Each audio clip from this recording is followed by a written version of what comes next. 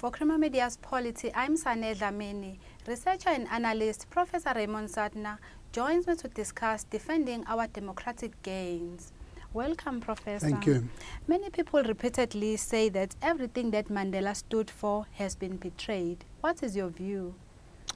Yeah, I think the first thing I would like to say is that it's important that we don't personalize everything around Mandela, because when Mandela was released, that was a result of the actions of people all over the world and inside the country who brought such pressure on the apartheid regime that they were forced to release him. Even when Mandela was released and he was busy negotiating, it was important for the apartheid regime to understand that there were people behind Mandela whose power could be brought to bear to influence the balance of powers in the country.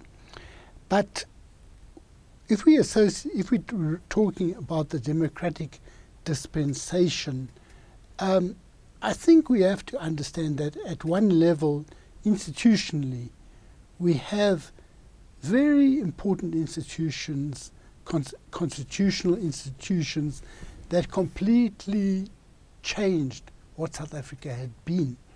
The idea of the rule of law, what law means under the Constitution today is very different from under apartheid, because the law, the courts, all of these things were instruments for humiliating black people, for removing the dignity of black people. The Constitution that we now have and the legal system that we now have is actually one which has at its center its core values, enhancing the values of all people, but also has socio-economic provisions to better the life of all peoples. That is one of the goals of the constitutions, to remedy some of the inequalities, or many of the inequalities of the apartheid period. However, many of these gains have been undermined, especially in the last 10 years or so. Some of the key state institutions have been under attack. The National Prosecuting Authority, South African Revenue Service, the independence of IPID, the Police Directorate, the Hawks.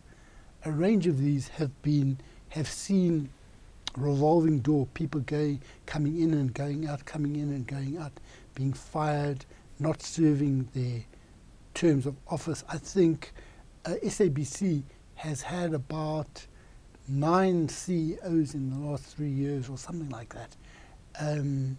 You have reasons for the removal of these people which are not professional reasons.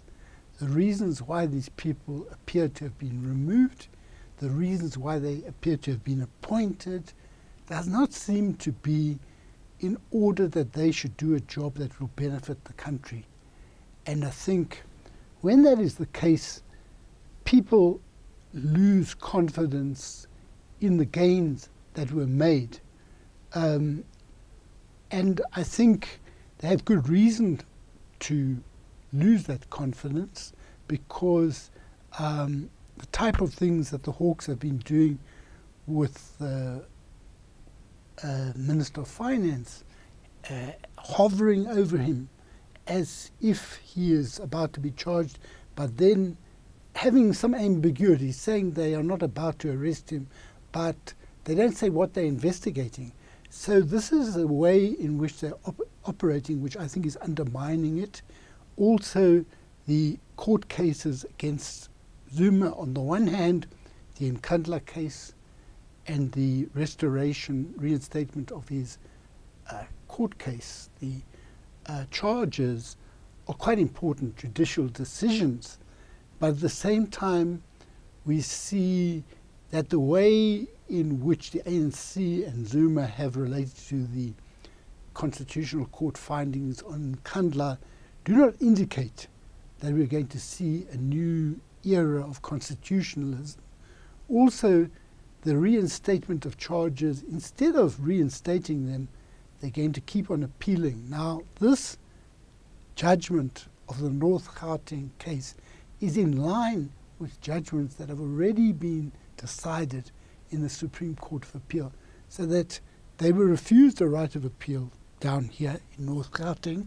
They may petition, and if they petition, it's unlikely that they will win, and all the time taxpayers are paying money for this. So there are problems in terms of, I should say that when the question says the democratic gains of Mandela, there's a generation that's grown up now who don't respect Mandela. They don't respect the democratic gains of 1996. They think that we just sold out there, and especially Mandela. So that, I don't want to go into that there, but I think it should be noted that the discourse of about 10 years ago is not the discourse among students, many students today. But what of the conditions of people's lives? Every day we see protests of water and other provisions. Yes, you know, we do see protests around basic needs, but I think we should recognize that a great deal has been done. I know in the rural areas that there are places that never had water, clean water before, and women had to go and walk long distances to fetch the water. And when they got pipes with water, in some areas, some of the men sabotaged the pipes because freeing women from going long distances to get water actually freed them to participate in community life in a way that was not possible when they were burdened by this.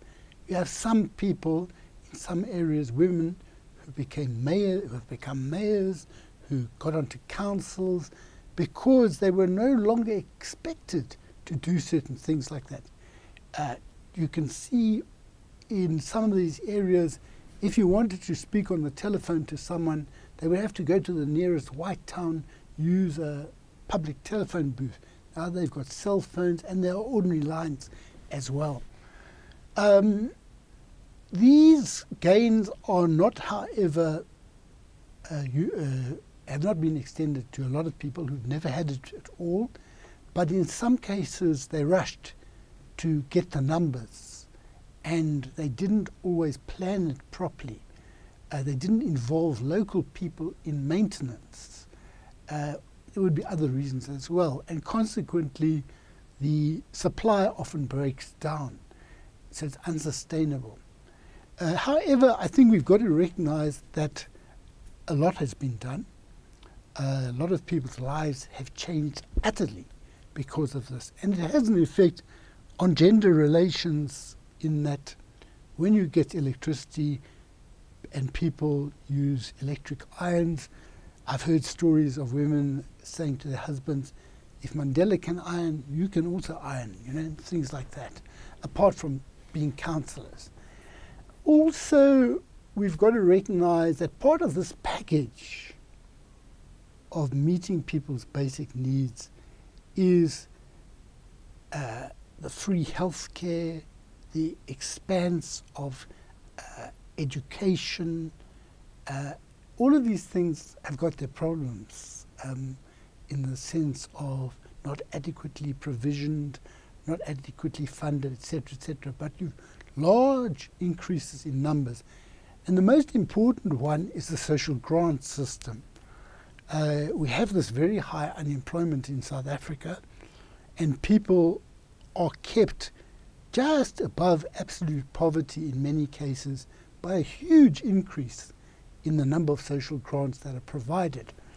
Now, Moeletsi Mbeki and his niece Nobantu have brought out a recent book where they argue that this is unsustainable. It's part of an economy that is not orientated to production, but to consumption.